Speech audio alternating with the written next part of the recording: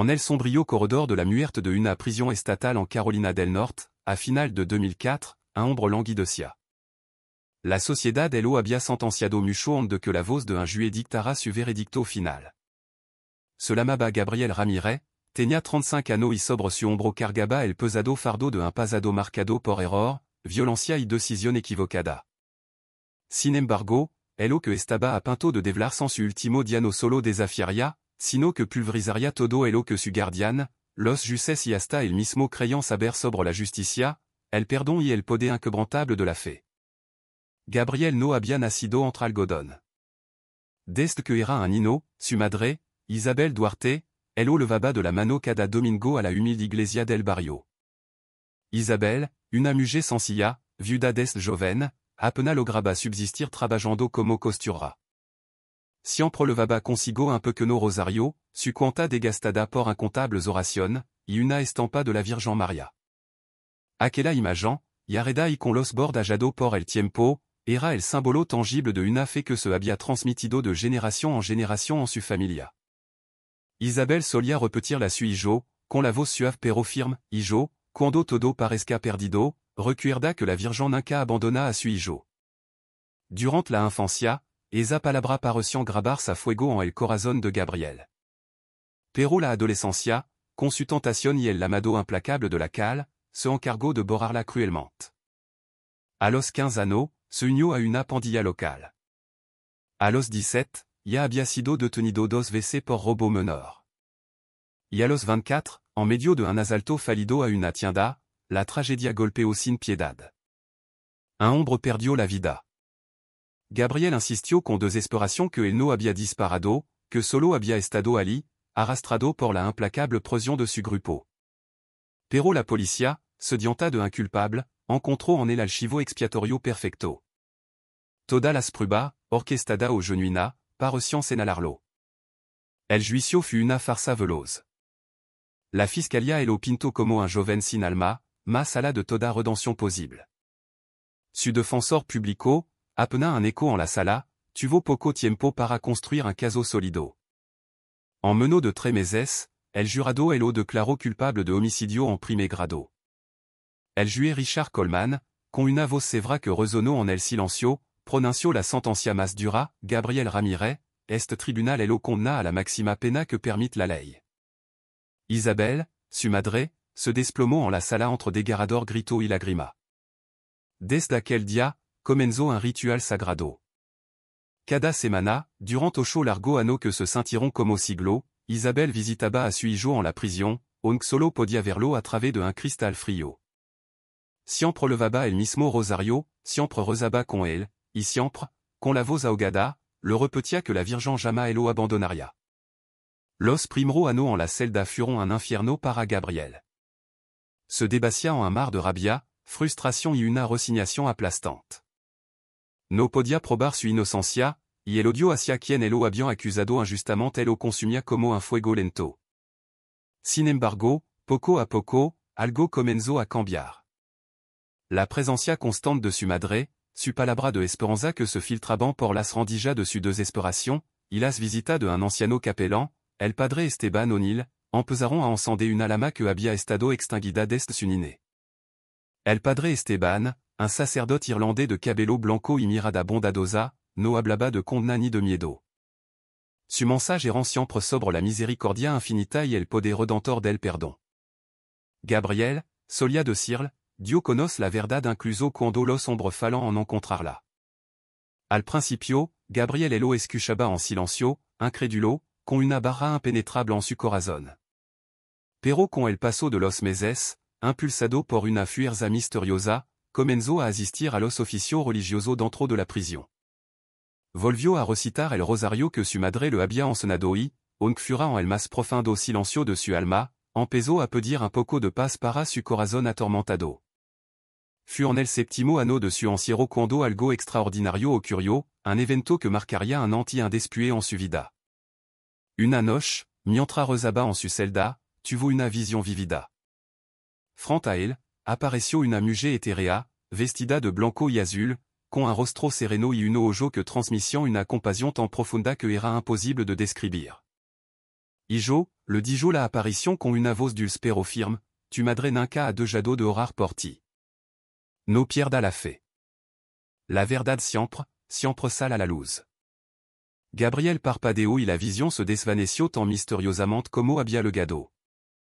No supo si había sido un sueño, una alucinación producto del encierro o algo sobrenatural. Lo único cierto era que, después de aquel momento, sintió una paz interior que no había experimentado en ano. Le contó el lo sucedido al padre Esteban, quien el lo escuchó con un respeto profundo y reverente. Cuando la Virgen se aparece, le respondió el sacerdote, el oa sa quien más necesitan esperanza. No dejes de rezar. El tiempo siguió su curso implacable y, con él, la inévitable fecha de ejecución se acercaba. El 10 de noviembre de 2004, Gabriel recibió la notificación definitiva, su ejecución se levaría a cabo el 13 de noviembre a las 6 de la tarde. No quedaba ningún recurso legal, ninguna apelación pendiente. La noticia el lo dejó ciner, pero al mismo tiempo, extrañamente, sintió que estaba preparado. El día anterior a la ejecución, su madre el lo visitó por última vez. Isabel, ya envejecida, su salud quebrantada por ano de lucha incansable, entró a la sala con un pequeño objeto entre su mano temblorosa. Era la misma estampa de la Virgen María que había pertenecido a su propia abuela, el legado de una fe inquebrantable. Y yo, le dijo con la voz apenas un susurro, quiero que la tenga contigo en tu última hora. Esta imagen no ha acompañado a todas las mujeres de nuestra familia. Ahora será tu compañía también. Gabriel tomó la estampa y rompió en un lento profundo, como no lo hacía desde que era un niño. La sostuvo contra su pecho y le dijo, con la voz entrecortada por la emoción, gracia, madre, por no rendirte nunca. Aquella noche, solo en su celda, incapaz de conciliar el sueño, Gabriel comenzó a rezar con una devoción que jamais había sentido. A las 3 de la madrugada, cuando un silencio opresivo renaba en los pasillos de la prisión, pronunció una oración que su madre le había enseñado de niño, Virgen María, Madre de Dios y Madre nuestra, intercede por nosotros pecadores, ahora y en la hora de nuestra muerte. Refugio de los afligidos, consuelo de los que sufren, recibem en tu misericordia. En ese instant, algo extraordinario se desató. La madrugada del 13 de noviembre amanecía distinta en la prisión estatal de Carolina del Norte.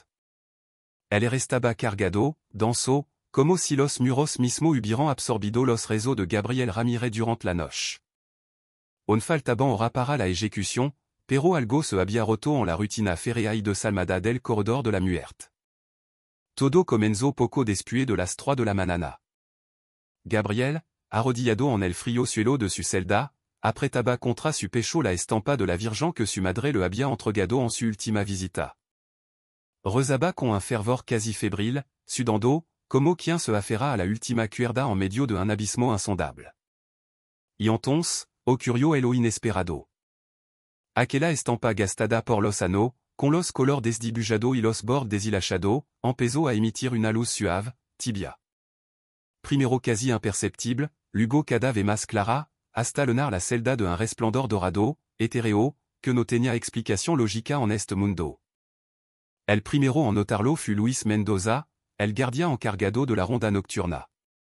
Caminaba arrastrando los pies, su mente distraída por el tedio de la noche, cuando se detuvo en seco al ver un destello bajo la puerta metálica de la celda. Creyó que se trataba de un encendedor o de un foco defectuoso. Golpeó la puerta con brusquedad, irritado, Ramírez. ¿Qué diablo ocurre ahí dentro? Gabriel, con la voz entrecortada por la emoción y el asombro, respondió, no lo sé, señor, solo mire la estampa está brillando. Mendoza dudó, el escepticismo grabado en su rostro.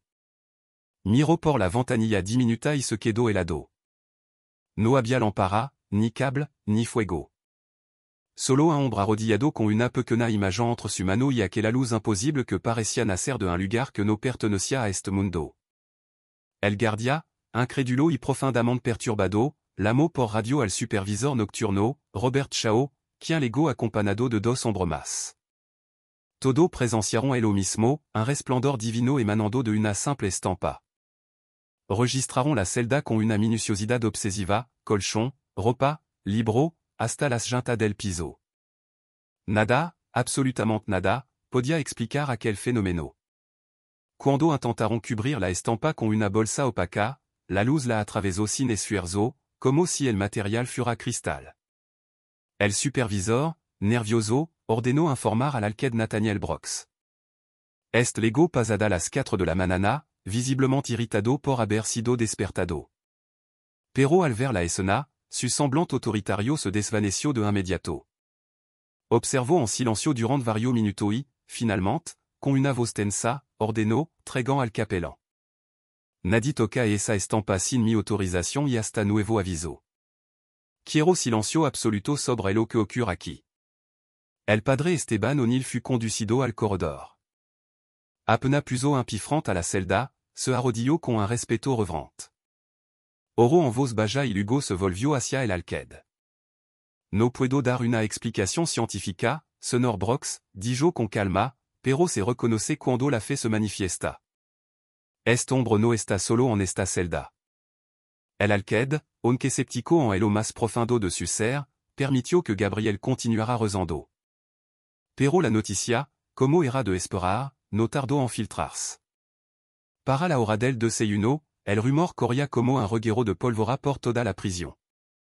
Alguno guardia se persignaban a escondida, otro murmuraban que aquello era obra de químico o de truco. Nadie encontraba respuesta lógica. Sin embargo, el más sorprendente sucedió alrededor de las 9 de la mañana.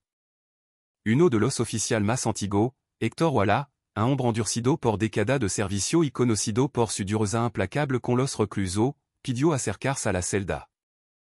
Nadie entendía por qué, pero su insistencia fut tal que el alcalde accedió con cotla.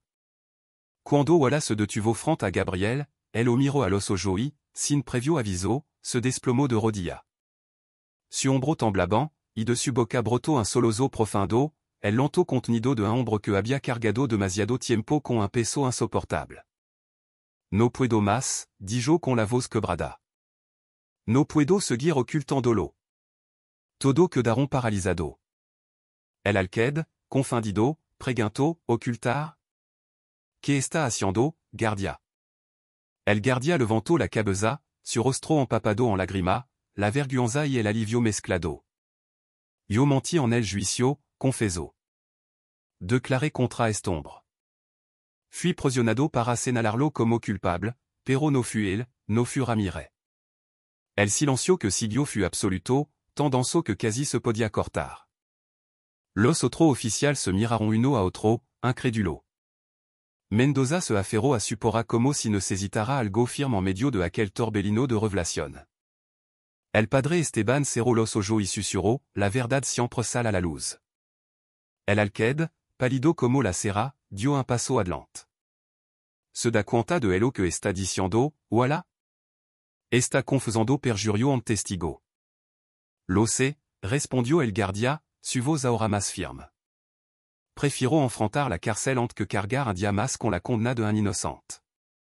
Gabriel, desde su 4, no podía creer lo que escuchaba. Apretó la estampa contra su pecho y su ojo se llenaron de lágrima. No dijo nada, solo dijo que las palabras del guardia llenaron el espacio como un eco imposible de detener. Los presentes comprendieron que aquel no era un simple arrebato emocional. Era una confusión que podía cambiarlo todo. Y lo más asombroso era que había ocurrido justo en medio de un fenómeno que desafiaba toda explicación racional. El alcalde, con el mundo girandol en la cabeza, ordenó suspender cualquier preparación inmediata para la ejecución y comunicó la confusión a las autoridades estatales. En cuestión de hora, abogado, periodista y representante de la fiscalía comenzaron a moverse como pieza en un tablero de ajedrez gigante. El caso de Gabriel Ramírez, hasta entonces un expediente olvidado en un cajón polvoriento, resurgía con una fuerza inesperada, como un río subterráneo que finalmente encuentra la salida a la luz. La luz en la celda se mantuvo, un faro immutable durant todo ese día. Alguno decían que parecía acompañar cada rezo de Gabriel, cada palabra de verdad que emergía después de años de silencio forzado. Nadie en la prisión volvió a hablar de coincidencia. La manana avanzaba y los muros de la prisión parecían contener a duras penas la tensión que crecía en su interior. Lo que había comenzado como un rumor apenas audible en el corredor se, ya se había transformado en una noticia que recorría teléfono y despacho con la velocidad del rayo. La confusion de Héctor Walla, aquel guardia veterano, había desatado un terremoto imparable. El alqued Nathaniel Brox se encerró en su oficina apenas colgó la lamada. Tenía las manos sudorosas y el corazón golpeando furiosamente en su sien. Había cumplido orden durante toda su carrera, creyendo ciegamente en el sistema, en la fría objetividad de los procedimientos. Pero ahora tenía en sí una luz inexplicable y el testimonio desgarrador de un subordinado que podía echar abajo un juicio entero, una condena de muerte. En la sala de contrôle, los guardias se dividian entre la incredulidad y el miedo. Algunos repetían con vehemencia que se trataba de un montage, de una elaborada farsa. Otros, en cambio, juraban haber visto con su propio ojo lo imposible. Y todo, sin excepción, esperaban, con una mezcla de ansiedad y fascinación, que la situación estalara más allá de los muros de la prisión. No tardó en ocurrir. A las 11 de la mañana, dos vehículos negros de aspecto oficial entraron al patio de la prisión. De ello descendieron representantes de la fiscalía y dos abogados estatal. Exigieron hablar con Walla de inmediato. El guardia, todavía con el rostro hinchado por el llanto reciente, fut conducido a una sala de interrogatorio. Frente a él, una grabadora de voz esperaba en Sanders, lista para capturar cada palabra. Señor Walla, ratifica el dicho esta mañana, preguntó la fiscal con un gesto severo, escrutando la mirada. Sí, respondió el sin titubear, su voz ahora llena de una extraña determinación. Fui presionado para declarar que si a Ramírez salir de la escena del crimen. Nunca fut cierto. Noel o 6. No tango prueba contra él. Quien lo presionó? Walla bajó la cabeza, el peso de su recuerdo evidente. Un détective asignado al caso. Me insinuó que si no testificaba, mi puesto estaría en riesgo. Yo cedí, me callei, con mi silencio, firmé la condena de un inocente. La grabación continuó por casi una hora. Al finalizar, Walla parecía haber envejecido 10 años, pero su mirada estaba extrañamente aliviada, como si un peso millonario se lo hubiera quitado de encima. La fiscal apagó la grabadora y se miró con los abogados. Todo comprendió el peso devastador de esa palabra. Mientras tanto, en la celda 13, Gabriel permanecía arrodillado con la estampa entre las manos. El resplandor seguía allí, immutable, banando los muros gris con un tono cálido que desentonaba crudamente con la desolación de aquel lugar. El padre Esteban O'Neill permanecía a su lado, rezando en silencio. Había visto a muchos condenados morir con resignación, pero nunca había presenciado algo que trascendiera tanto lo humano, lo ordinario. Al mediodía, los teléfonos de la prisión comenzaron a sonar sin descanso. Un periodista local había recibido un soplo anónimo y estaba publicando la noticia a toda velocidad, guardia confisa falso testimonio en caso Ramírez.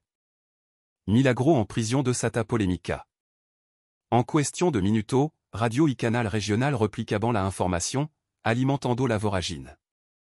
La historia ya no podía esconderse. El alqued Brox, acorralado por la presión, convocó a una reunión de emergencia. En la mesa se sentaron los fiscal, el capellán, dos representantes de la defensa pública y tres oficiales de alto rango. El ambiente estaba cargado, denso, como si el mismo pesara con el destino inminente de Gabriel. Señor, comenzó Brox, su voz grave, no podemos permitir que esta prisión se convierta en un circo mediático, pero tampoco podemos ignorar lo que está sucediendo. Walla ha confesado bajo juramento. Eso reabre el caso automáticamente. Uno de los fiscales asintió con solemnidad. Ya hemos notificado a la Corte Superior. Si la confusión es validada, la ejecución debe suspenderse hasta nuevo aviso. Las palabras retumbaron como un trueno. Gabriel, condenado durante años a una muerte segura, estaba a un paso de que su sentencia de muerte quedara, al menos por un tiempo, en posa. Pero no todo estaba de acuerdo. Un fiscal adjunto, un hombre joven y ambicioso, golpeó la mesa con la palma, impaciente. Si todo esto es un montage, una manipulación desesperada para retrasar lo inevitable? No olvidemos que es una víctima, una familia esperando justicia. El padre Esteban levantó la voz con una calma que imponía más que cualquier grito. No es justicia ejecutar a un inocente, y usted lo saben. Las discussions continuaron durant hora, acalorada y tensa. Afura, la prensa se agolpaba en la entrada de la prisión. Cámara, micrófono, luz cegadora. La noticia del milagro y de la confusión se había esparcido como un fuego incontrolable. Alguno medio hablaban de la Virgen que brilla en la cárcel. Otro, más escéptico, lo describian como un fenómeno luminoso sin explicación. Pero todo coincidió en algo, la ejecución de Gabriel Ramírez estaba en duda. Por la tarde, llegó a la prisión la madre de Gabriel, Isabel Ramírez. Había viajado de madrugada desde su pequeño pueblo al entrarse de lo ocurrido, su corazón un torbellino de esperanza y temor. Los guardias la conduiront hasta la capilla interna donde pudo ver a su hijo por primera vez en semana. Gabriel, al verla, rompió en lágrima, su fortaleza desmoronada por la emoción. Madre, soloso, parece que la Virgen la escuchó. Ella lo abrazó con una fuerza contenida por ano. Siempre te dije que el ano abandona a los que sufren. Ten fe, hijo. La verdad está saliendo a la luz. Mientras madre e hijo se reencontraban en las oficinas, se redactaban documentos urgentes con una velocidad frenética. Los fiscales debían presentar una moción para suspender la ejecución en menos de 24 horas. La tension era máxima, palpable en el air. Al caer la noche, un hélicoptero sobrevoló la prisión, surhuido en ensordecedor rompiendo la calma precaria. Traía un juez de la Corte Superior, un hombre de semblante austero, que había decidido escuchar personalmente el testimonio de Walla y evaluar la situación. El juez ingresó a la sala de audiencia improvisada en la biblioteca de la prisión. Escuchó en silencio durant más de 2 horas, su rostro impasible. Observó a Walla, lo escrutó con atención, luego observó la estampa luminosa que los guardias le mostraron desde la celda de Gabriel, y finalmente se retiró a deliberar. Nadie respiraba con normalidad. El destino de Gabriel pendía de sa décision, de un hilo muy fragile. A las 11 de la noche, el juez firmó una orden provisional. La ejecución quedaba suspendida indefinidamente hasta que se revisara el caso. El documento fut leído en voz alta frente a Gabriel. El condenado, que había vivido ano en la sombra gélida de la muerte, cayó de rodillas, conmovido hasta el más profundo de su ser.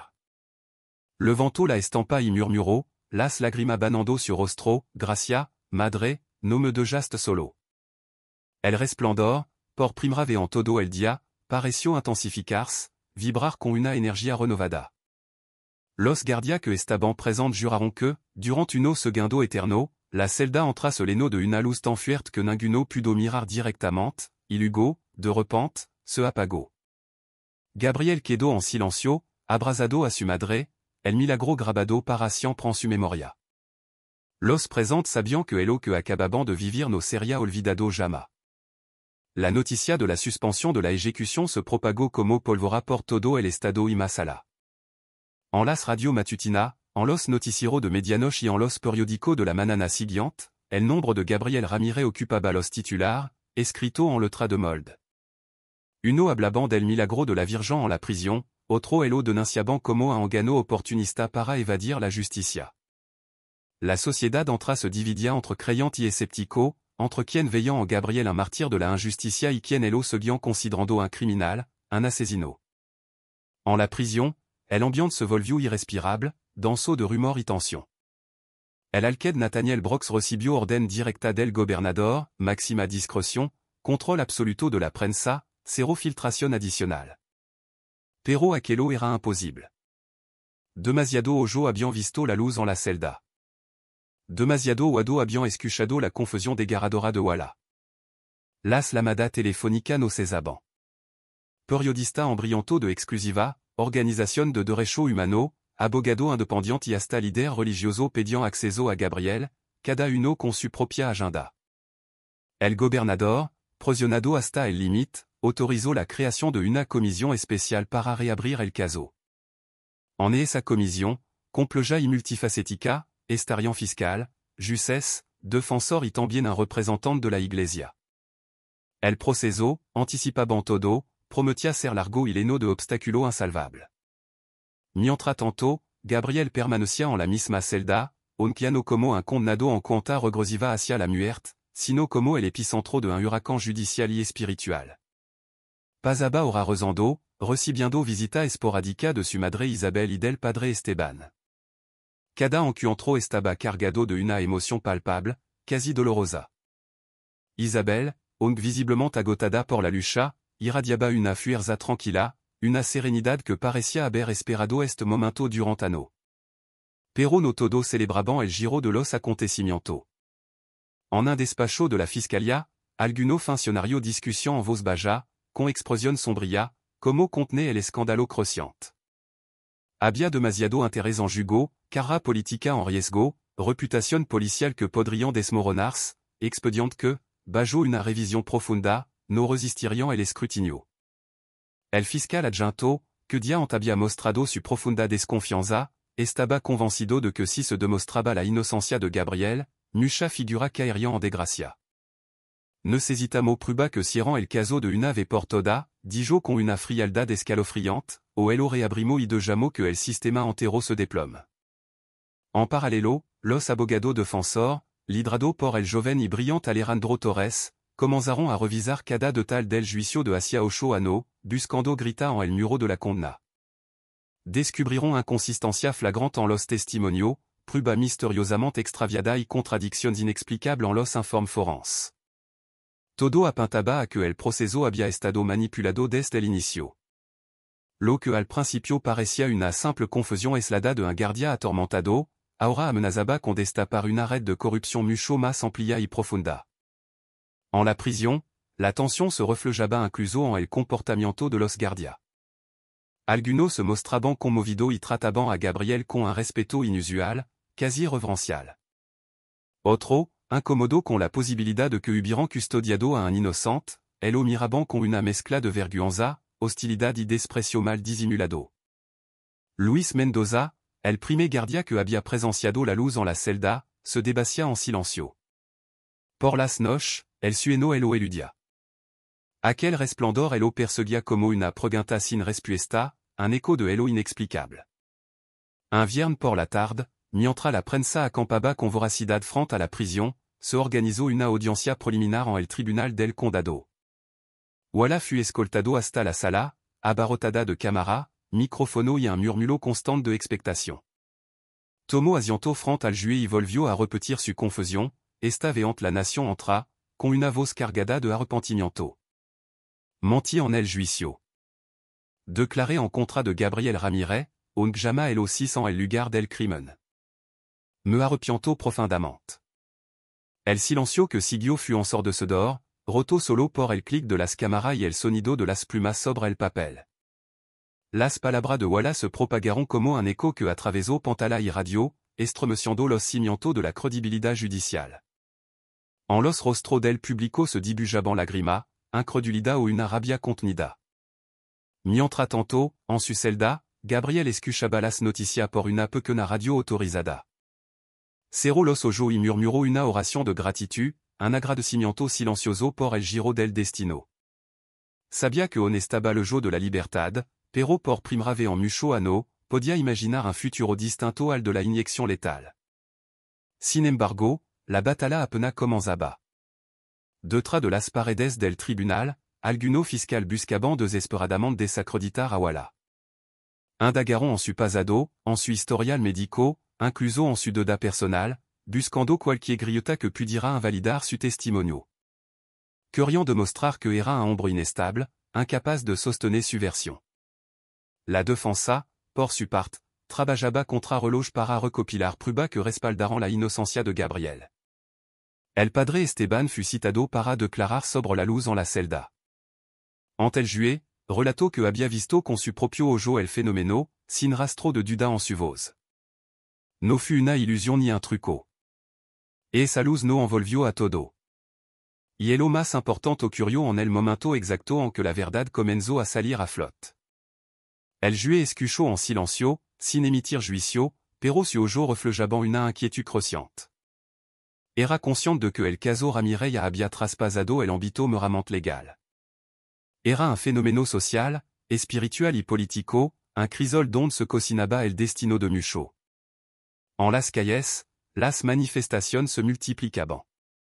Grupo religioso marchaban con vela encendida, rezando por Gabriel. Organizaciones civiles exigiant una revisión completa y exhaustiva del sistema judicial. Y en el extremo opuesto, asociación de víctimas protestaban con vehemencia por el que consideraban una falta de respeto a la memoria de los quedó, temiendo que la justicia fuera pervertida. Gabriel, ajeno a las disputas externas que bullían en el mundo, se aferraba a la imagen de la Virgen. Ya no brillaba como aquella noche milagrosa, pero el sentia en el profundo de su corazón que la luz permanecía invisible, acompañándolo en cada respiración, en cada latido. Las autoridades sabían que no podían demorar mucho más. La presión mediática y social era insoportable, asfixiante. El gobernador anunció públicamente la creación de un comité de révision extraordinaria para evaluar el caso en menos de 30 días. Aquello significaba que, por primera vez, Gabriel tendría la oportunidad de demostrar su inocencia ante un tribunal imparcial, libre de las sombras que ello habían condenado. Pero los enemigos en las sombras también se movían. Uno de los detectives que había trabajado en la investigación original empezó a recibir llamada anónima, voz distorsionada que le adversion con tono ominoso, si este caso se abre, no será el único en caer. La red de corrupción temblaba hasta su cimiento y, con ella, la vida de varios implicados pendía de un hilo. La noche cerró con un air denso, cargado de presagio. Isabel rezaba junto a su hijo, con la esperanza y el temor mezclado en sus oraciones. Los guardia discusión en voz baja, susurrando temor y teoría. Los periodistas escribían sin descanso, su dedo volando sobre los teclados, capturando cada fragmento de la historia. Y en medio de todo, Gabriel, con la frente apoyada en la estampa, susurraba una oración final, Madre, dame fuerza. La verdad está cerca, pero los enemigos también. El comité extraordinario comenzó su sesión a puerta cerrada apenas uno día después del anuncio del gobernador. La expectación era inmensa, palpable en el ambiente. Periodistas de todo el país acampaban en los alrededor del tribunal y cadena internacional enviaban corresponsal, reconociendo la magnitud global del caso. El caso Ramírez ya no era solo una noticia local, se había transformado en un símbolo de lucha contra la corrupción judicial y en un misterio espiritual que desafiaba la razón. Dentro de la prisión, Gabriel era custodiado con un celo inusual, no solo por seguridad, sino también por la creciente presión política. Cada movimiento suyo era observado, cada palabra registrada, cada suspiro analizado. Sin embargo, él parecía vivir en otra dimensión, una burbuja de paz interior. Pasaba ora en silencio, orando, escribiendo pequeños pensamientos y reflexión en un cuaderno que un guardia piadoso le había entregado. En esa página plasmaba su dolor, su esperanza inquebrantable y, sobre todo, su profunda gratitud. Mientras tanto, la comisión interrogaba a testigo antigo, desenterrando verdad incómoda. Los abogados defensores lograron localizar a un vecino que ano atrás había declarado haber visto a Gabriel cerca del lugar del crimen. El hombre, ya anciano y visiblemente atormentado por su conciencia, confesó con voz temblorosa que había recibido dinero a cambio de su testimonio. Esa revelación, un golpe de Moldor, se sumó a la confusión de Walla y fortaleció aún más la sospecha de un montaje elaborado. La prensa explotó con titulares impactantes, soborno en el caso Ramírez, la cadena de corrupción alcanza nuevo nivel. Los ciudadanos se dividian en debats encendidos en las plazas y en los medios. Algunos exigiant la liberación inmediata de Gabriel, otros pedían cotla y respeto por la familia de la víctima, temiendo que se olvidara la tragedia original. En paralelo, el detective principal del caso original, Harold McKinley, comenzó a ser investigado. Documento interno, recuperado tras una ardua búsqueda, revelando irregularidad preocupante en su historial, prueba desaparecida en otro proceso, testigo intimidado, procedimiento alterado a conveniencia. McKinley, sintiendo acorralado y con el cerco estrechando a su alrededor, buscó apoyo desesperadamente en viejo contacto dentro de la fiscalía. Temía que si caía, arrastraría consigo a varios funcionarios de alto rango, creando un efecto dominó devastador. Una noche, en el ala administrativa de la prisión, el alcalde Brox recibió una llamada anónima. Una voz gravi distorsionada, quasi metallica, le advirtio con tono gelido, de tanga esto onde que si demasiado tarde. No se meta en asinto que no le corresponden. El alqued, on curtido por ano de servicio y acostumbrado a las amenazas, sintió un escalofrío recorrer la espalda. Colgó sin responde, pero comprendió con una claridad aterradora que había fuerza oscura, poderosa y despiadada, dispuesta a todo por silenciar la verdad. Mientras tanto, la madre de Gabriel, Isabel, se convirtió en una figura pública de esperanza y resiliencia. Invitada a programa de televisión, siempre hablaba con una serenidad conmovedora que cautivaba a la audiencia. Yo solo soy una madre que nunca dejó de creer en la inocencia de su hijo y en la misericordia infinita de la Virgen. No busco venganza, solo busco la verdad y la justicia. Su palabra conmovió a Milón y encendió en masse el debate social, dando voz a los sin voz. En el interior de la celda, la estampa de la Virgen ya no brillaba con la intensidad sobrenatural de aquella primera noche, pero Gabriel afirmaba sentir una paz inexplicable cada vez que la sostenía. Alguno guardia, testigo de su transformación, juraban que cuando el rezaba, el air de la celda se volvía distinto, más ligero, como si la desesperanza retrocediera en una fuerza invisible. Los dia avanzaban con una tensión creciente, insoportable. En la segunda audiencia del comité, el propio McKinley fut citado a declarar. El detective llegó escoltado por un batallón de abogado y con un semblant de desafiante, una máscara de seguridad que pronto comenzó a resquebrajarse. Pero bajo el fuego cruzado de las preguntas incisivas, su seguridad se desmoronó. Una série de documentos presentados por la defensa demostraban, irrefutablement, que había manipulado report forense y omitido la dactilar crucial que no correspondían a Gabriel. El público presente murmuraba con indignación, su rostro reflejando la cruda realidad. La prensa capturó cada gesto, cada palabra, cada temblor en la voz de McKinley. Acorralado, el detective terminó pidiendo un receso, pero todo entendieron que su figura, en intocable, se derrumbaba en pedazos. Et esa misma noche, un grupo de internos en la prisión se acercó a Gabriel durant la hora de recreo. Uno de ellos, un hombre duro, condenado por delito violento, le dijo en voz baja, con una crudeza inesperada, Ramirez, nunca crey en nada, pero si sal de aquí, quiero que rece por nosotros. Gabriel lo miró sorprendido, conmovido, y asintió. Comprendió que, más allá de su caso personal, su lucha comenzaba a tocar corazón en lugares insospechados, despertando una chispa de esperanza donde solo había oscuridad. El comité anunció que necesitaría más tiempo para deliberar, la complejidad del caso exigiendo paciencia, pero el juez encargado ordenó oficialmente suspender cualquier preparación para una nueva fecha de ejecución hasta que el proceso concluyera. Gabriel Llano era un condenado a muerte en cuenta regresiva, en espera, era un hombre bajo revisión judicial con posibilidad real, tangible, de libertad. La sociedad se polarizó en masse. Alguno medio lo llamaban el inocente milagroso.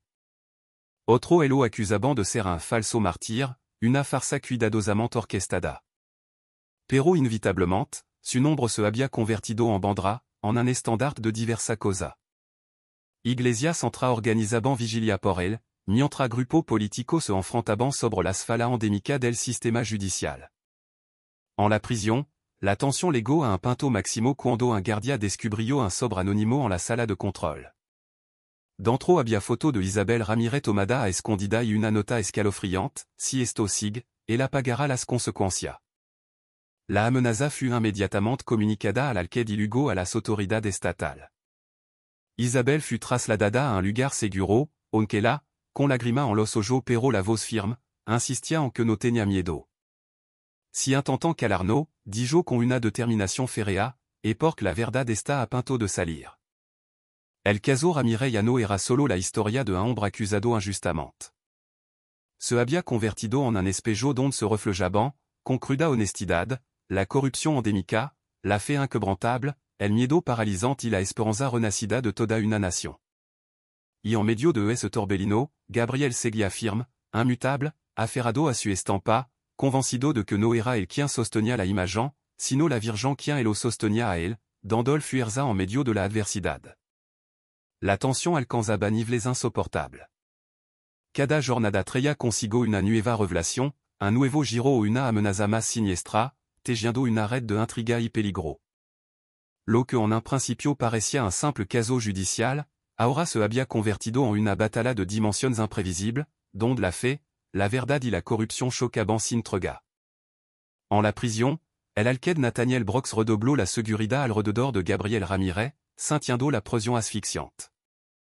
Después de recibir las fotos de Isabel y la amenaza directa contra su vida, sabía con certeza que había fuerza en la sombra, implacable y poderosa, decidida a silenciarlo todo a cualquier precio. Ordenó que la madre de Gabriel fuese escoltada por oficial de confianza cada vez que visitara la cárcel y que su movimiento fuera estrictamente confidencial. Sin embargo, el propio Brox comenzaba a sentir el gélido abrazo del miedo, no tanto por su seguridad personal, sino por la magnitud incontrolable del torbellino en el que estaba atrapado. Mientras tanto, en las audiencias del comité extraordinario, el detective Harold McKinley era interrogado con una dureza implacable. Intentaba mantener su fachada de seguridad y control, pero los documentos presentados eran de Moldor, informe alterado, testigo presionado hasta el límite, prueba crucial misteriosamente desaparecida. La defensa, liderada por el joven y brillante abogado Alejandro Torres, presentó incluso copia de comunicación interna que demostraban cómo McKinley había recibido incentivo perverso para cerrar el caso cuanto antes, sin importar la verdad.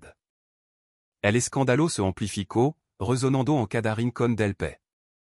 Manifestación masiva frente al tribunal exigiendo no solo la libertad de Gabriel, sino también la renuncia inmediata de varios fiscales implicados. Algunos políticos, sintiendo en riesgo de caer en la voragine, comenzaron a distanciarse del caso, intentando limpiar su nombre. Otros, en cambio, intentaban capitalizarlo para su propia agenda política, aprovechando la indignación generalizada.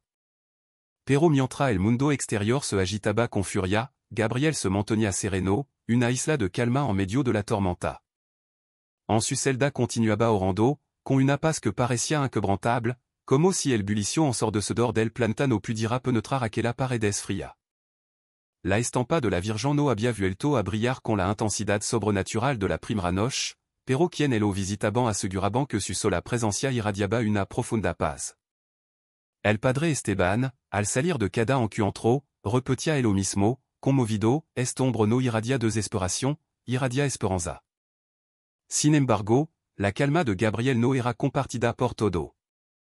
Algunos guardias, inquietos por la atención mediática que atraía el caso, empezaron a ressentir la situación, culpando a Gabriel de la inestabilidad. Se rumoraba que había oficial dispuesto a cerrar el asunto por su cuenta, a cualquier costo. El alcalde Brox descubrió conversación preocupante en los pasillos, susurró de violencia. Había quien consideraban que permitir que Gabriel viviera era un riesgo inaceptable para la estabilidad de la prisión y de todo el sistema judicial. Una noche, poco después de la medianoche, un apagón repentino afectó brevemente al corredor de la muerte. Las cámaras de seguridad dejaron de grabar durante 5 minutos angustiosos.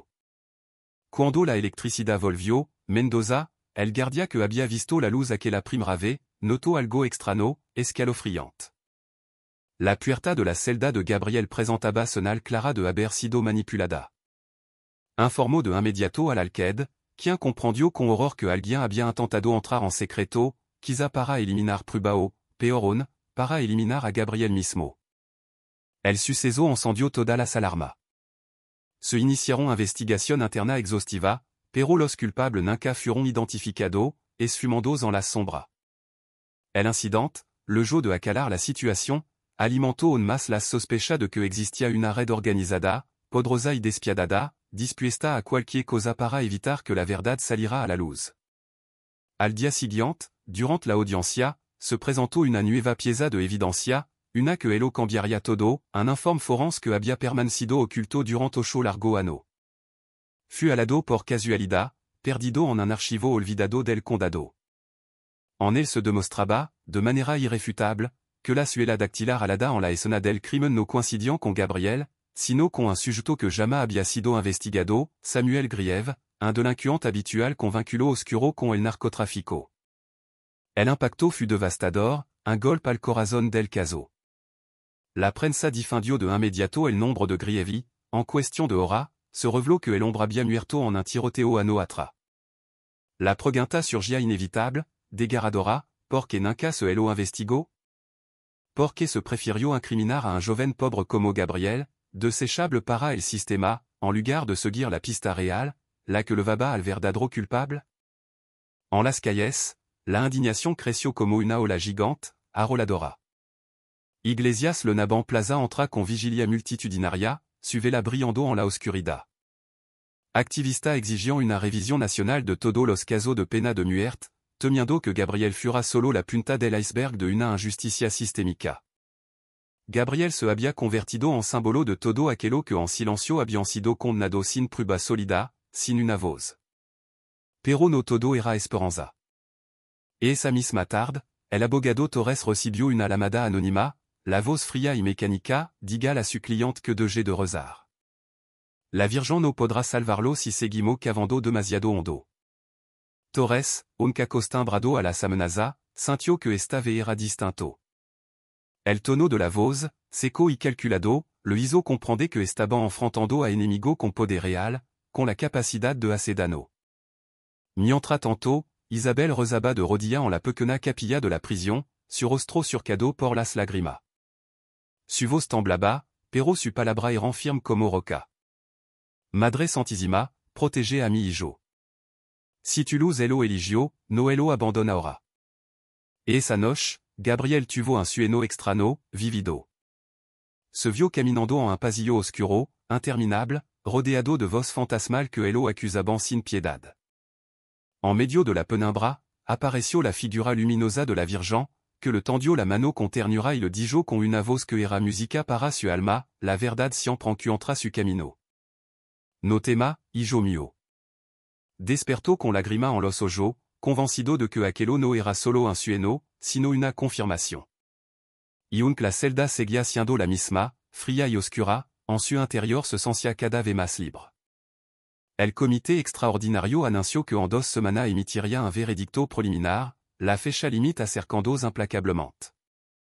La presión era insoportable, las amenazas crecían en intensidad, las pruebas se acumulaban en la mesa del comité y la sociedad entra miraba expectante, conteniendo el aliento.